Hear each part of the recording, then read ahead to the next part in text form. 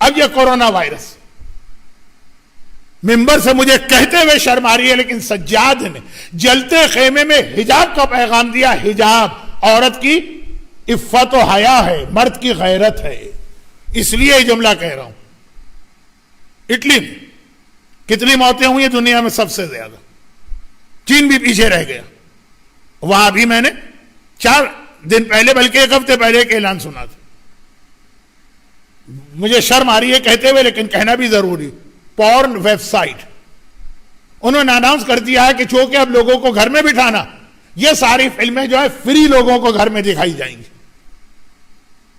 لوگ مر رہے ہیں. اٹلی میں تو مر رہے ہیں. آسٹریلیا میں تو ابھی بہت ہی کم موتیں ہوئی ہیں، وہ بھی سب بوڑھے لوگوں کی، اس میں سے بھی اکثر کروز شپ والے. لیکن ڈر کے مارے ہماری کمیونٹی میں کہتی ہے مولانا مسجد امام باڑہ بند ہی کر دیجئے. جبکہ آسٹریلین گورنمنٹ نے نہیں بھی کہا تھا، اس وقت بھی کہہ رہے تھے.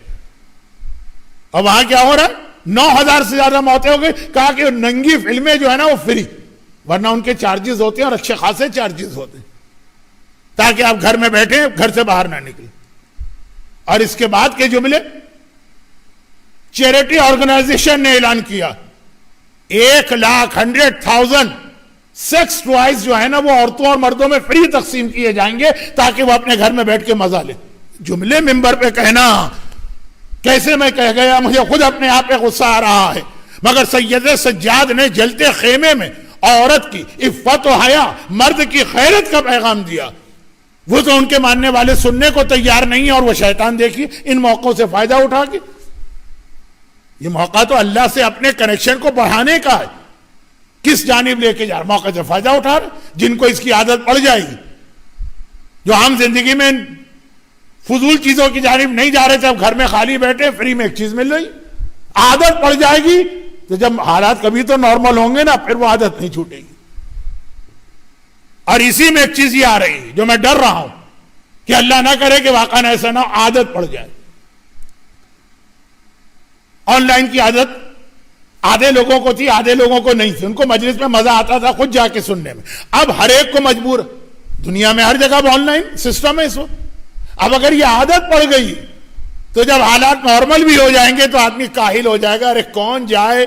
آدھے گھنٹے کی ڈرائیو، امریکہ میں 1 گھنٹے کی ڈرائیو، جانا 1 گھنٹے آنا، اور اس کے بعد پھر 1.5 گھنٹہ امام باڑے میں. یہاں گھر میں بیٹھے بیٹھے کتنے مزے سے ہم نے پچھلے 2 مہینے میں مجلسیں سنی. آل محمد کے ماننے والے چیزوں میں آئیں گے نہیں، لیکن شیطان کا کام ہے ٹرائی تو کرو نا.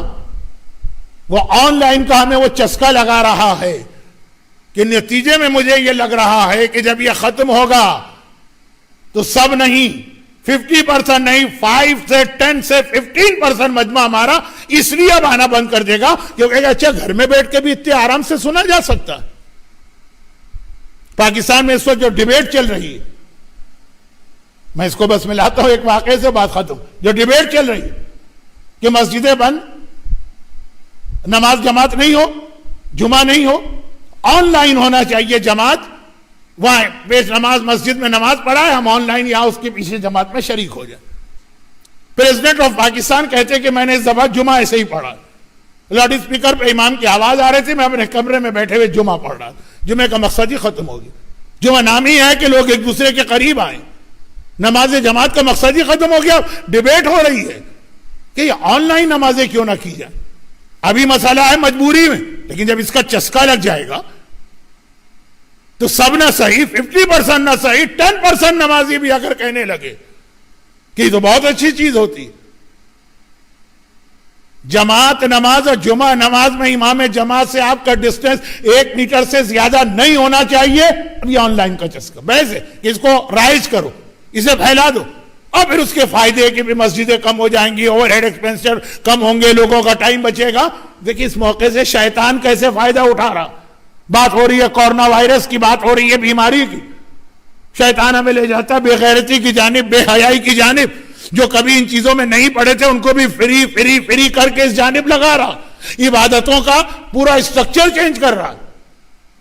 اور ہمارا اور آپ کے لیے جو بہترین موقع ہے کہ اب وقت ہے اللہ سے اپنا ربط بڑھائیں. آدھے لوگ تو میری تقریر بند کر کے جا چکے ہوں گے کہ یہ تو ختم ہی نہیں ہو رہی ہے.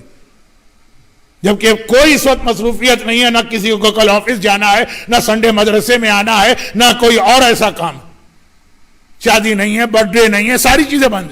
لیکن میں دیکھ رہا ہوں شیطان اس سے کتنا فائدہ اٹھا رہا. وہ 100% مجمع ہمارا نہیں توڑنا چاہتا بھی نہیں. 10% کو بھی اگر اس نے مسجد اور امام باڑے سے ہٹا دیا.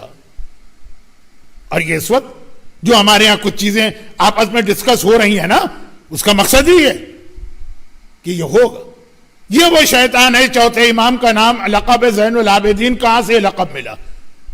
امام نماز پڑھ رہے ہیں، شیطان سانپ بن کے آیا، امام کے انگوٹھے کو کاٹتا رہا، امام کو پتہ ہی نہیں چلا، نماز ختم کی. شیطان یہ کہتا ہوا بھاگا، انتا زین العابدین، آدم سے لے کے آج تک میں نے بڑے بڑے عابدین کو دیکھا ہے، تم جیسے عبادت کرنے والے کو نہیں دیکھا. جو شیطان امام معصوم پتا ہے کہ میرے ہاتھ میں نہیں آئیں گے، ان پر بھی جا کے حملہ کرتا ہے. ہم اور آپ کیسے بچ سکتے ہیں؟ تو ان چیزوں کی اہمیت کو سمجھیے.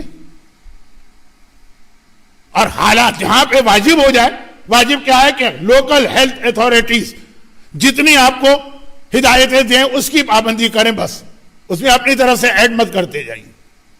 خاص طور پہ جو ریلیجس معاملات اس کی پابندی کریں.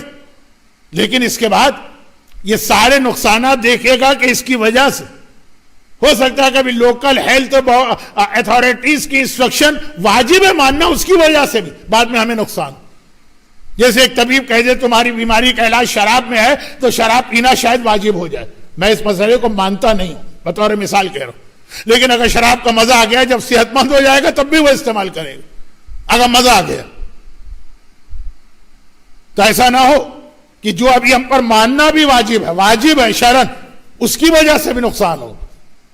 تو اسی لیے اپنے بچوں کو، اپنے گھر والوں کو خود یہ کہہ کہ مجبوری کی وجہ سے، کیونکہ شرعن واجب ہے، ورنہ تو شاید ہم اس انسٹرکشن کو بھی نہ شرعن واجب ہے اس لیے ہم جا رہے ہیں، اس لیے ہم بیٹھے ہوئے.